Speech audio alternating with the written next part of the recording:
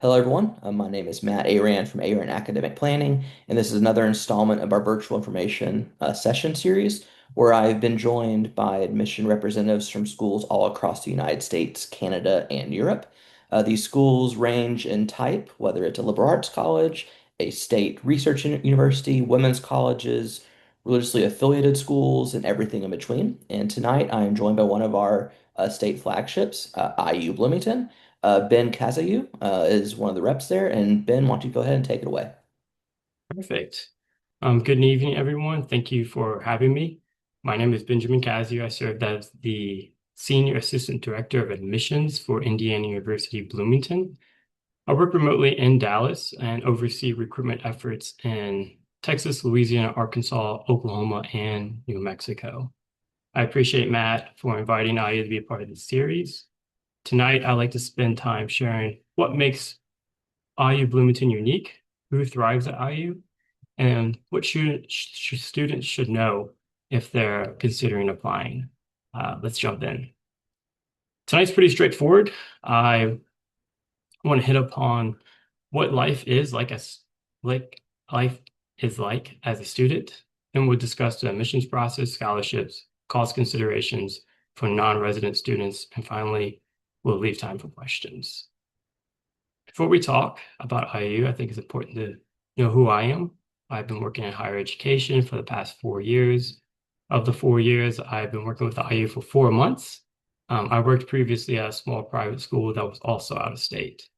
At IU, I serve students throughout Texas and the surrounding area, as I mentioned earlier. That means I spend most of my time visiting high schools, meeting with counselors, attending college fairs, and helping families navigate the admissions process. I'm originally from New Orleans, Louisiana, so I understand that what it's like to travel out of state and many miles away from home.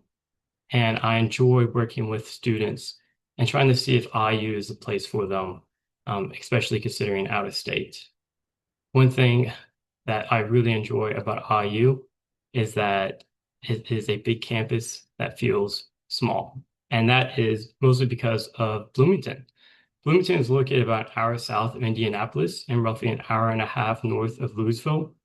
What makes Bloomington special is that it's truly a college town. The university and the community are deeply connected. You'll find local restaurants, coffee shops, bookstores, music venues, and community events all within walking distance of campus, literally across the street from campus. Students often tell me that Bloomington feels large enough that there's always something happening, but small enough that it still feels comfortable and manageable. When students visit, one of the things they consistently mention is how beautiful the area is. The limestone architecture, the wooded areas, green spaces, all creates an environment that feels very different from many large public universities and college towns. Some quick facts about IU Bloomington. IU was founded in 1820, which means we've been educating students for over 200 years. Today, we have approximately 38,000 undergraduate students on Bloomington. For some students, that number seems intimidating. However, what I often tell families is that a large student population creates opportunities. A large university means more academic programs, more student organizations, more research opportunities, more internships, and a larger alumni network. Even so, our student to faculty ratio is 18 to 1 and the average class size is 30. Students are able to build meaningful relationships with faculty and staff throughout the entire college experience. Another statistic that I think is especially important is that IU has more than 800,000 living alumni around the world. Whether a student wants to work in business or technology or healthcare, chances are there's an IU graduate already working in that field and willing to help open doors. The alumni network is one of the biggest advantages of being at IU and graduating from IU. Now that we've covered university as a whole, let's talk more about what students are doing in the academic programs. One of IU's greatest strengths is the breadth of academic opportunities available to them. We offer over 200 majors across 12 different colleges and schools. So no matter what a student is interested in, there's a home for them. What I particularly find attractive about IU is that students are not forced into a narrow academic path.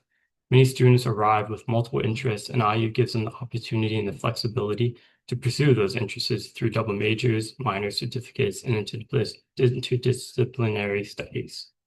For example, a student interested in both business and technology might pursue our business intelligence and data science program. A student interested in music and business might explore the music business through Kelly and Jacobs. We understand that most students are more than one thing, and we want to help them explore that, both in the classroom and outside of the classroom. So, one thing you frequently hear at IU is that learning doesn't stop when class is in. Indiana University is classified as a Carnegie R1 research institution, which is the highest achievement that a university can receive concerning research. Out of thousands of colleges in the United States, only a small percentage actually receive this. And again, this just kind of means that students at IU, they have the opportunity to explore. Students have the opportunity to participate in research as early as their freshman year. These experiences aren't limited to science majors either. Students in business, education, public health, social sciences, and the arts can all find opportunities to work alongside faculty members on meaningful projects. And then I also heard that today, June 17th, IU was awarded a $6 million grant to support their Alzheimer's research. So we're super excited about that. I also talk a little bit on this slide about the living learning communities, as well as the thematic communities. These are optional resident experiences where students live with others who share similar academic interests or personal passions. For some students, it's a great way to build community right away and make a large university feel small. An example of a living learning center is the Luddy Living Learning Center. This is for students who are interested in computer science or data analysis. An example of a thematic community is the adventure outdoors. So anyone who's interested in camping, hiking, kayaking, that's the spot for them. And to kind of dive into more of the residential side, housing is often one of the first questions that I receive working with students from out of state. There are 19 different residence halls across 4 residential neighborhoods. While students have different preferences, all the neighborhoods are integrated into campus life and located near academic buildings, dining facilities, and student resources. First-year students are expected to live on campus, and I actually think that's a huge advantage. Living on campus helps students build relationships, connect with resources, and become part of the university's community more quickly. Another thing families appreciate that all resident halls have air conditioning. I didn't know that was a big deal. And so I started working with IU. I just assumed everywhere has air conditioning, but that's not true. So they all do have air conditioning. The housing application process allows students to indicate their preferred room style, roommate requests, learning communities, other residential preferences. Once students arrive on campus, though, we make sure that they feel appreciated and connected to campus. Big universities only work if they have strong support systems. At IU, every student is paired with an academic advisor, of course. Their goal is to help select courses, understand degree requirements, and navigate opportunities within their chosen major. However, students also have access to free tutoring services for courses across campus and academic coaching. Tutoring focuses on one course and the content. Academic coaching focuses on skills such as time management, note-taking, project management, motivation, and study strategies. These are where we find students need the most help moving into college from a high school. We also have dedicated career services within each academic school. Career services help students build resumes, prepare for interviews, connect with employers, search for internships, and develop personal skills long before graduation. I love the saying that college is a stepping stone rather than a destination. Always keeping one eye on the future, career preparedness starts the first semester, not the last. However, college isn't just about academics, and it's what happens outside of the classroom that sometimes leaves the most meaningful experience upon a student. IU offers more than 950 student organizations, which means it's truly something for everyone, whether students are interested in leadership, service, cultural organization, professional development, recreation, politics, faith-based groups, or hobbies, they'll find a place here. Studying abroad is another area that IU stands out. We offer programs in more than 70 countries and hundreds of different opportunities for students to gain international experience while earning academic credit. Students are also heavily involved in service and volunteer work throughout the Bloomington and beyond, focusing not only in the local area, but also Indianapolis as well as Chicago. For students interested in athletics, IU competes at the NCAA Division I level in the Big Ten Conference. We just won the national championship, of course. For those who don't have the commitment of varsity sports, we also offer more than 55 club and intramural sports that are really competitive and also fun throughout campus. Ultimately, one of the best parts of IU is that students get to decide what their experience look like. Now that we've talked a little bit about what IU has to offer, we could dive into how students actually become a Hoosier. For students considering IU, the most important date to remember is November 1st. This is an early action deadline. It is non-binding, meaning students do not have to commit to Indiana if they apply by this date. However, it is a deadline that provides the highest consideration for both admissions and scholarships. Our regular decision deadline is February 1st, and applications submitted after February 1st are reviewed on a space availability basis, which means that there may be fewer opportunities available depending on the program and enrollment numbers. When speaking with students, my advice is simple. If IU is on your list, apply by that November 1st deadline. It gives you the best opportunity of getting in and getting the most amount of money. Now, when it comes to the actual application, Indiana University, we receive applications either through the Common App or Apply IU. I see most people applying through the Common App. We do not have a preference between the two, so students should use whichever is most convenient. Our review process is a holistic and test optional. We review an application looking at students' academic preparedness first and foremost. That includes coursework, grades, curriculum, rigor, test trends, and the overall context of the high school experience. Students should complete our college preparedness curriculum, which includes English, math, science, and social studies, as well as world languages. We also consider a student's essay, and we review additional information such as leadership experience, extracurricular involvement, work experience, community service, and recommendations when submitted. Being test optional means that students can decide whether the ACT or SAT scores best represent their academic story.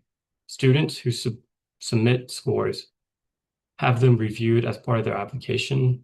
Students who do not submit scores, they're not penalized in any way.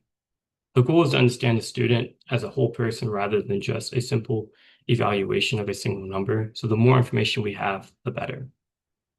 Of course, some of our academic programs are limited capacity and they require additional admissions consideration. At IU, most academic programs admit students directly into the college they select. However, these are three programs that are especially competitive because of their popularity and limited capacity. The Kelley School of Business, the School of Nursing, and the Jacobs School of Music.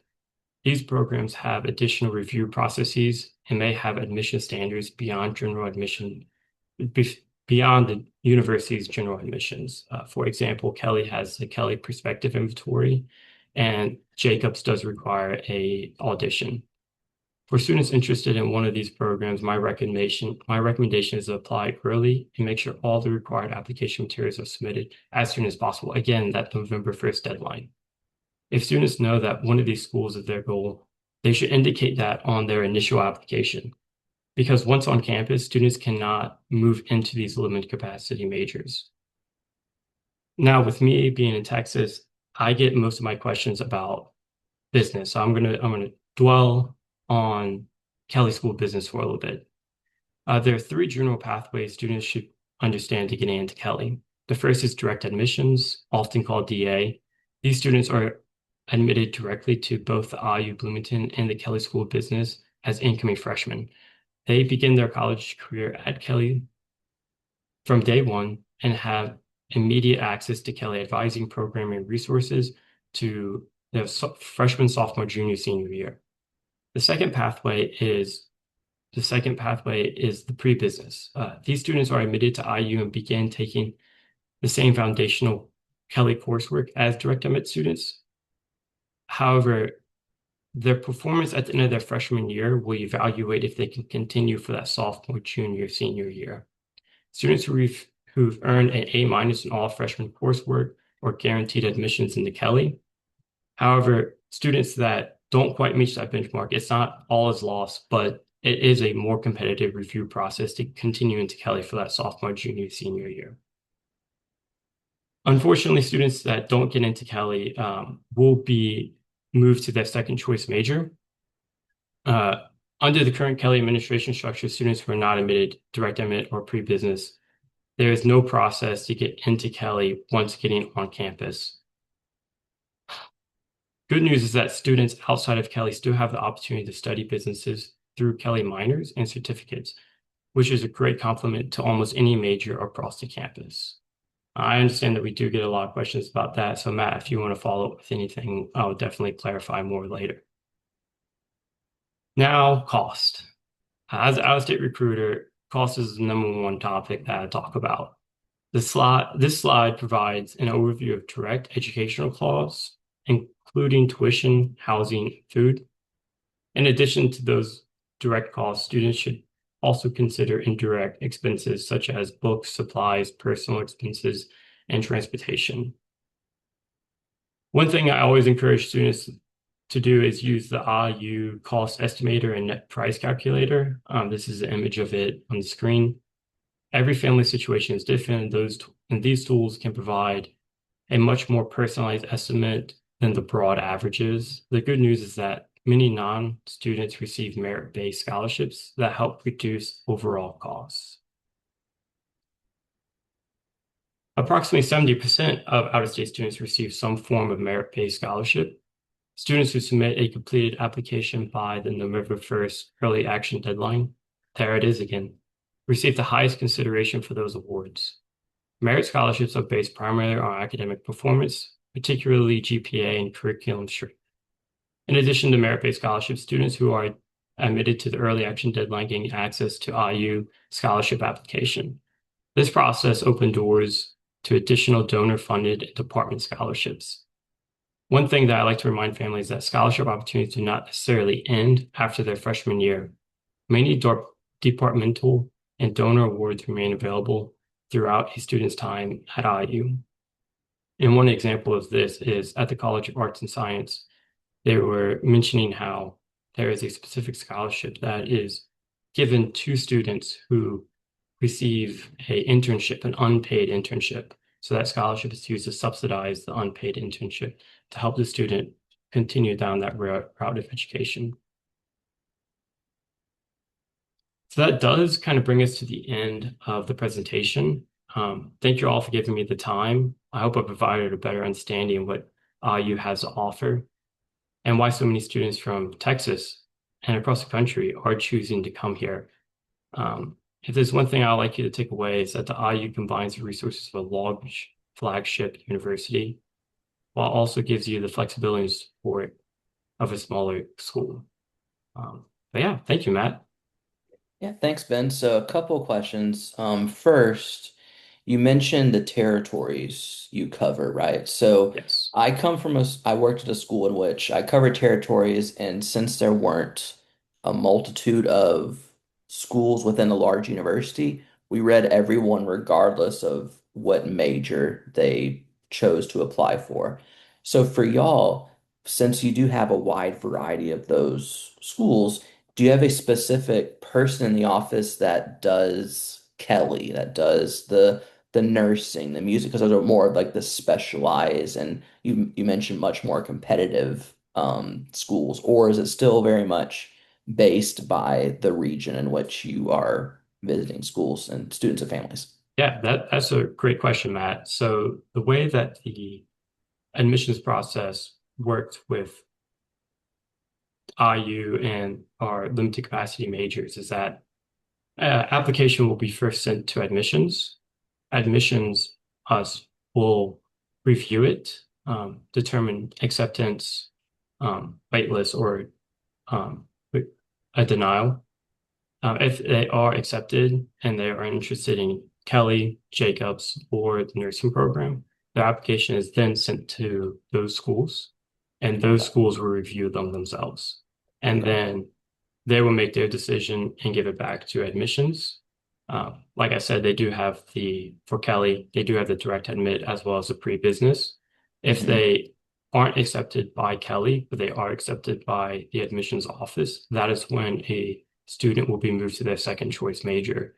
The second choice major will be on their application, there is a required uh, box to be filled out for their second choice major.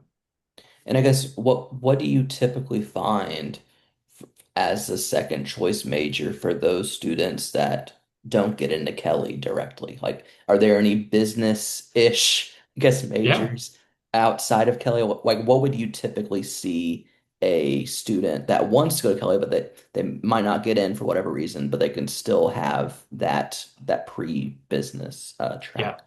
yeah. That we do have a lot of opportunities to continue an interest in business. So one thing that we do work on and or work through in admissions is that reminding students that if they don't get into Kelly, it's not all is lost. There's multiple different routes to get into business, and it doesn't necessarily have to be through the Kelly School of Business.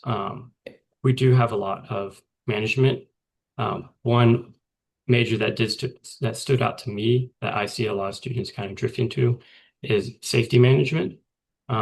That's kind of a growing field right now, especially with my experience coming from Louisiana. Safety management, there's also a lot of data, data management. We do have economics, of course. Economics is a great way to kind of get into finance or business from like a back end. But we do have a list of schools and programs that would match a student's interest if they want to continue business. I could share with you directly. Okay.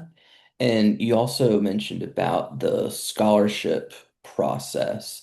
And I wasn't sure. It made it seem like they have to apply for scholarships after they've applied, or are they automatically considered for scholarships when they submit the application in Great general? Or question. I guess, and at the same time, are there the really super duper tip top scholarships once you maybe have to interview or do stuff like that outside of the general application to IU? Yeah. Um, Great question. I appreciate the opportunity to clarify. So, all of the merit-based scholarships are automatically reviewed or automatically, every application is automatically considered for a merit-based Okay. scholarship. Yeah. There are additional scholarships that are departmental, depending on what college you are admitted into or a particular major that you're admitted into that have to be applied for after the fact. Um, some of those actually, there's a few that you are considered upon your acceptance. So it's kind of difficult to nail down an exact answer for those. And then those donor scholarships, those will also be something that students will have to apply for Okay. after acceptance. So a little bit of both, yes. Okay. And I guess I'm trying to think, fine. You did touch upon Bloomington as kind of like that idyllic college town, right? Mhm. So do you have a sense of which areas IU grads go on? I guess which parts of the country they kind of flock to after graduation? Because you think about your Big Ten Midwestern flagship, there's obviously Chicago, Mhm. Indianapolis, Minneapolis, Detroit. But do they go beyond the regional hubs? Is it truly kind of a global alumni base for students? Yeah, yeah. I Every time I wear my IU gear here in Dallas, I always get called out for it, whether that is going out to get the mail or going to get a cup of coffee. Uh, we do have a really global market when it comes to our alumni. Of course, being located in Indiana, being located in the Midwest, most of the grads will kind of gravitate towards Indianapolis or Chicago or even Hmm. Cincinnati. But additionally, with our increased especially over the past couple of years, our increase in out-of-state students coming from New York, Mhm. uh, Florida, California, and Texas. We're seeing a lot of those students return home and broadening a already broad alumni base. Okay, great. Thank you. So I think that's a good place to end on. As you see on the screen here, Ben's information is there, but if you're not from the territories that he mentioned, I'm sure you can go on the website and it will have it broken down by which state, county, or country that you go to school in. Yeah, absolutely. And if anyone outside of my territory does have any questions, they want to reach out to me, I would love to help in whatever way I can. Whether that's just directing you to the right person or sitting and chatting with me, I would love to talk more about Indiana University. Okay, great. So on behalf of Benjamin and myself, thank you for joining us today. Thank you.